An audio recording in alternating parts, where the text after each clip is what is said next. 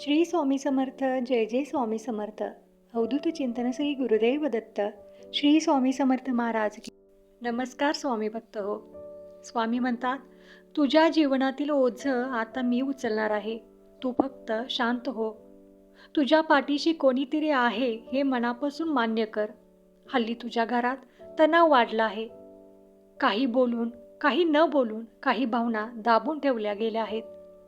जिथे माझं नाव उच्चारलं जातं तेथे कलह टिकत नाही.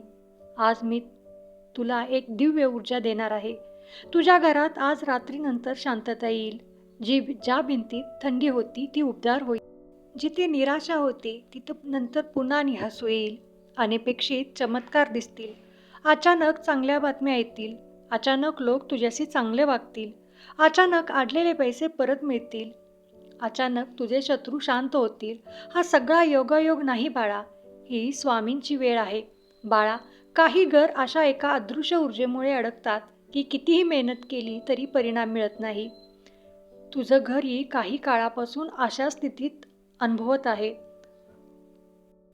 पैसा येत आहे पण तो टिकत नाही. आनंद येत आहे पण तो दुसऱ्या दिवशी काहीतरी बिघडतं आणि घरात अचानक वाद होत आहेत. काम अचानक थांबत आहे. अपशकुन नव्हता, हा संकेत होता की नशिबाचे चक्र अडकलेलं होतं. आज तू स्वामींचं नाव घेतलं आहेस, हा संदेश ऐकायला बसला आहेस, म्हणून तुझ्या घरात दारापाशी भाग्यचक्र गती घेत आहे. जे अडकलं होतं ते अचानक सुरळीत होईल. जे हरवलं होतं ते तुला नक्की मिळेल. जेथे तू गेला होतास तरी नकार येत होता तिथून तुला आता होकार मिळायला लागतील. कारण स्वामी म्हणतात, बाळा, मी तुझ्या घरात प्रकाश ठेवला आहे. काही लोक तुझ्या विरोधात होते, तुझ्या चांगुलपणाचा फायदा घेत होते आणि तुझ्यावर नकारात्मक नजर ठेवत होते. तुझं मन त्यांच्यामुळे थकून गेलं होतं. पण स्वामींच्या ऊर्जा जेव्हा एखाद्या भक्ताच्या जीवनात प्रवेश करतात तेव्हा प्रथम गोष्टी बदलते.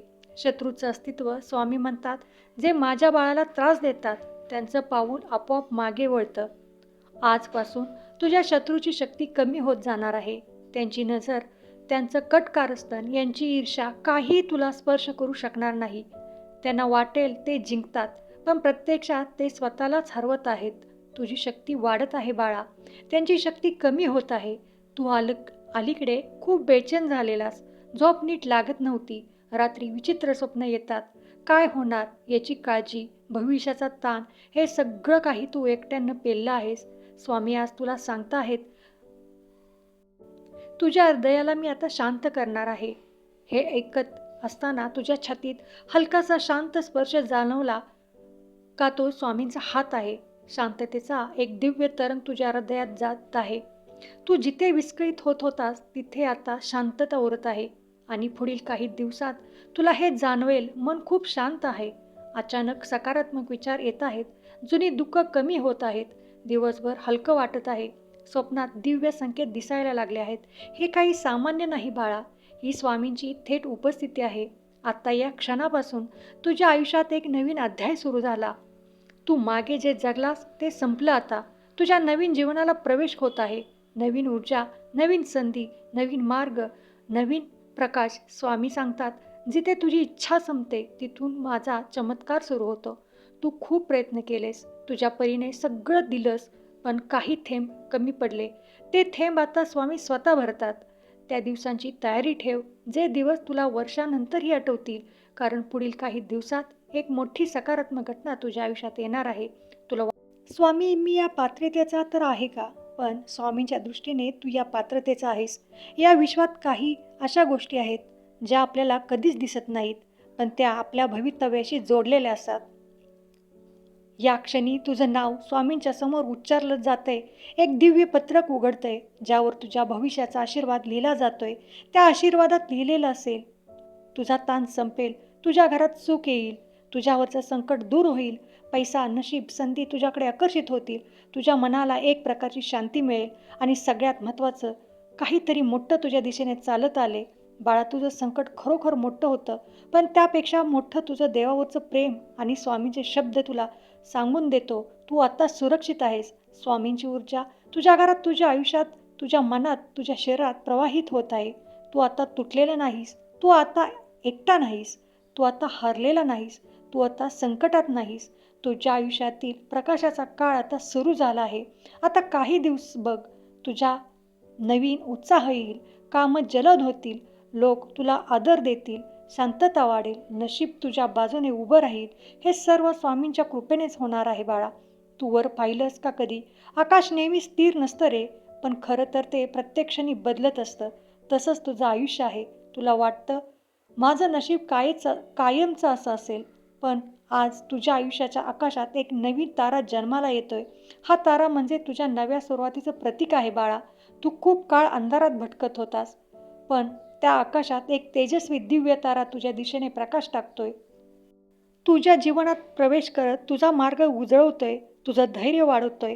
तुझे निर्णय योग्य ठरतील, तुझे प्रयत्न फलदायी होतील. हे फक्त आणि फक्त तू माझ्या मार्गात आला आहेस त्याच्यामुळे घडत आहे. तुझा माझ्यावरचा विश्वास, तुझ्या माझ्यावर बद्दलची श्रद्धा, प्रेम, हे सगळं काही तुझ्या आयुष्यात बदल घडवत आहे. पण बाळा, तुझ्या मागील दिवसांना देखील तू विसरू नको, कारण आत्ता देखील तू जे आयुष्य जगलं आहेस, अशी लोक आयुष्यात जगत आहेत. त्यांना देखील तुझ्या मदतीची गरज आहे. तुझ्या आयुष्यात जेव्हा आनंद भरेल, सुख, शांती, समृद्धी येईल, तेव्हा देखील या लोकांची मदत करायला तू विसरू नको. कारण बाळा, आपण या समाजाचं देणं लागतो. प्रत्येकाने आपलं कर्तव्य, आपली जबाबदारी पार करून राहिलं पाहिजे. कारण या आयुष्यात फक्त कर्म महत्त्वाचं असतं. मनुष्य जन्म संपल्यानंतर माणसाला सगळं काही असतं ते इथेच ठेवून जायचं असतं. आपलं असं काही नसतं. सगळं काही नाशवंत असतं.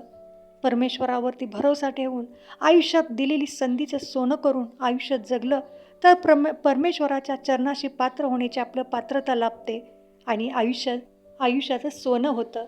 प्रत्येकाने आपला जन्म सार्थकी लावला पाहिजे, कारण प्रत्येकाच्या आयुष्यात माणूस जन्म हा एकदाच येतो. आपलं कर्तव्य काय आहे ते प्रत्येकाने तपासलं पाहिजे. पण बाळा, तू माझ्या सगळ्या परीक्षांमध्ये उत्तीर्ण झाला आहेस, त्यामुळे तुझ्या आयुष्यात आता बदल घडणार आहे. तुझ्या आयुष्यात मोठा भाग्योदय होणार आहे. तू केलेल्या प्रत्येक कष्टाचं फळ तुला मिळणार आहे. तुझी मेहनत कधीच वाया जाणार नाही. तुझ्या मेहनतीनं तू तुझं आयुष्य बदलणार आहेस. आमची छत्रछाया नेहमी तुझ्या पाठीशी राहील. आमचा कृपा आशीर्वाद नेहमी तुझ्या पाठीशी राहील. तुझ्या मुलांबाळांवरती सदैव आमचा आशीर्वाद राहील. बाळा, स्वामींच्या मायेचा स्पर्श ज्यांना होतो त्यांचं भविष्य कधीच काळोखात राहत नाही. आजपासून तुला जाणवेल, जीवन हळूहळू सुरळीत होऊ लागले. हा भाग अतिशय शक्तिशाली आहे. बाळा, हा स्वामींचा अंतिम आश्वासनासारखा आहे. स्वामी म्हणतात, बाळा, आता तुला थांबवणारं इथं कोणीही नाही. तुझ्या आयुष्यातलं संकट आता संपलंय. जसं वादळानंतर शांतता येते, तसं अंधारानंतर पहाट येते, तसंच तुझ्या जीवनात आता प्रकाशाचा काळ सुरू झाला आहे. लक्षात ठेव बाळा, प्रत्येक अडथळा माझ्या कृपेचा संदेश आहे. ज्या क्षणी तू हार मानशील, तिथे मी तुला उठवणार आहे. तुझ्या आयुष्यात येणाऱ्या गोड बातमी म्हणजे तुझ्या श्रद्धेचं बळ आहे, तुझ्या मेहनतीचं बळ आहे, तुझ्या विश्वासाचं बळ आहे, तुझ्या प्रार्थनेचं बळ आहे. त्यामुळे बाळा, येणारे काही दिवस तुझ्यासाठी खूप खास असतील. रोज स्वामींचं ध्यान कर. रोज स्वामींचं नाव घे. थोड्या ध्यानमुद्रा किंवा मंत्रजपामुळे स्वामी मनातील भीती दूर करून टाकतात. विश्वास ठेवणं हेच खऱ्या भक्तीचं प्रतीक आहे. कारण जिथे भक्त विश्वास ठेवतो तिथेच देव स्वतः येतो. काही भक्तांचा अनुभव आहे, एखादी वर्ष वाट पाहत राहिली, पण जेव्हा त्यांनी थोडा संयम ठेवला तेव्हाच अचानक आयुष्यात सर्व काही बदललं. तसाच बदल तुझ्या आयुष्यात घडणार आहे. बाळा, हा संदेश जर तुझ्या काळजाला भिडला असेल तर कमेंटमध्ये श्री स्वामी समर्थ लिहायला विसरू नको. आणि हो स्वामी, तुमच्यावरची श्रद्धा माझी अशीच राहील. तुमच्यावरचं नाम जप मी करत राहीन असं लिहायला देखील विसरू नको.